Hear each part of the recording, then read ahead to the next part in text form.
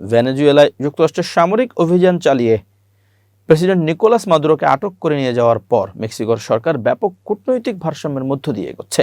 President Donald ট্রাম্পের দ্বিতীয় মেয়াদ শুরুর পর এবারই প্রথম এই ধরনের পরিস্থিতির মুখোমুখি হয়েছে দেশটি। ভেনেজুয়েলার মার্কিন অভিযানের তীব্র নিন্দা জানালেও দ্বিপাক্ষিক সহযোগিতা আরও জোরদার করছে দেশটি, যাতে মেক্সিকো পরবর্তী লক্ষ্যবস্তুতে পরিণত না হয়। শনিবার মার্কিন বিশেষ বাহিনী ভেনেজুয়েলার প্রেসিডেন্ট নিকোলাস মাদুরো ও তার স্ত্রীকে নিজ বাড়ি থেকে আটক করার কয়েক ঘন্টার মধ্যেই মেক্সিকোর ভেতরে মার্কিন সামরিক পদক্ষেপের সম্ভাবনার কথা বলেন ট্রাম্প। তিনি বলেন, মাদক কার্টেলগুলো দেশটি চালাচ্ছে এবং মেক্সিকো নিয়ে কিছু একটা করতেই হবে। এসব ঘটনায় মেক্সিকোর প্রেসিডেন্ট ক্লাউদিয়া সেইনবাউম স্পষ্টতই অস্বস্তিতে পড়েছেন। সোমবার সকালের দিকে দৈনিক সংবাদ সম্মেলন শুরু করেন ভেনেজুয়েলা নিয়ে মেক্সিকোর অবস্থান ব্যাখ্যা করা একটি নথি পড়ে শোনানোর মাধ্যমে। তিনি বলেন, আমরা অন্য দেশের অভ্যন্তরীণ বিষয়ে হস্তক্ষেপকে স্পষ্ট দৃঢ়ভাবে প্রত্যাখ্যান করি। লাতিন আমেরিকার ইতিহাস পরিষ্কার ও জোরালোভাবে বলে, হস্তক্ষেপ কখনো গণতন্ত্র আনেনি, কল্যাণ সৃষ্টি করেনি কিংবা দীর্ঘস্থায়ী স্থিতিশীলতাও দেখায়নি বা দেয়নি। ট্রাম্প ক্ষমতায় আসার পর থেকে ওয়াশিংটনের প্রতি সেইনবাউমের এসব মন্তব্য নিয়ে তীব্র সমালোচনা হয়েছে এবং মাদুরোর অপসারণের বিরুদ্ধে অঞ্চল জুড়ে সবচেয়ে শক্ত প্রতিবাদ জানিয়েছেন তিনি।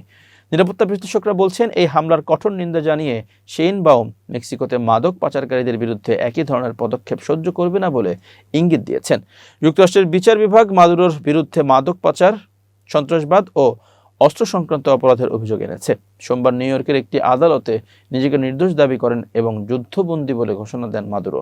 তবে পর্দার আড়ালে ভেনেজুয়েলায় হামলার পর মেক্সিকো সিটি সম্ভবত ওয়াশিংটনের আরও কাছাকাছি যাবে এই আশায় যে দ্বিপাক্ষিক নিরাপত্তা সহযোগিতা জোরদার হলে যুক্তরাষ্ট্রের আগ্রাসন ঠেকানো যাবে বলে ধারণা করেছেন মেক্সিকান কর্মকর্তা ও নিরাপত্তা বিশ্লেষকরা। নাম প্রকাশ না করার শর্তে মেক্সিকোর এক নিরাপত্তা কর্মকর্তা বলেন, যৌথ নিরাপত্তা সহযোগিতা বৃদ্ধি এবং কার্টেল বিরোধী লড়াই আরও শক্তিশালী করাই একতরফা মার্কিন সামরিক হস্তক্ষেপ এড়ানোর মূল চাবিকাঠি। এদিকে ভেনেজুয়েলায় যুক্তরাষ্ট্রের অভিযানের পর মার্কিন প্রেসিডেন্ট ডোনাল্ড ট্রাম্পকে প্রকাশ্য চ্যালেঞ্জ ছুড়ে দিয়েছেন কলম্বিয়ার প্রেসিডেন্ট গুস্তাভো পেত্রো। ভেনেজুয়েলায় মার্কিন বাহিনীর অভিযান এবং প্রেসিডেন্ট নিকোলাস মাদুরোকে আটকের তীব্র নিন্দা জানিয়েছেন তিনি। একই সঙ্গে মার্কিন প্রেসিডেন্ট ট্রাম্পকে উদ্দেশ্য করে এক বিবৃতিতে পেত্রো বলেছেন, আমাকে ধরতে আসুন, আমি এখানে আপনার জন্য অপেক্ষা করছি।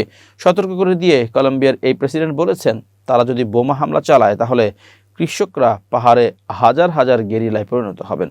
আর দেশের বড় একটি অংশ যাকে ভালোবাসে ও সম্মান করে সেই প্রেসিডেন্টকে যদি তারা আটক করে তাহলে তারা জনগণের বাঘকে উন্মুক্ত করে দেবে।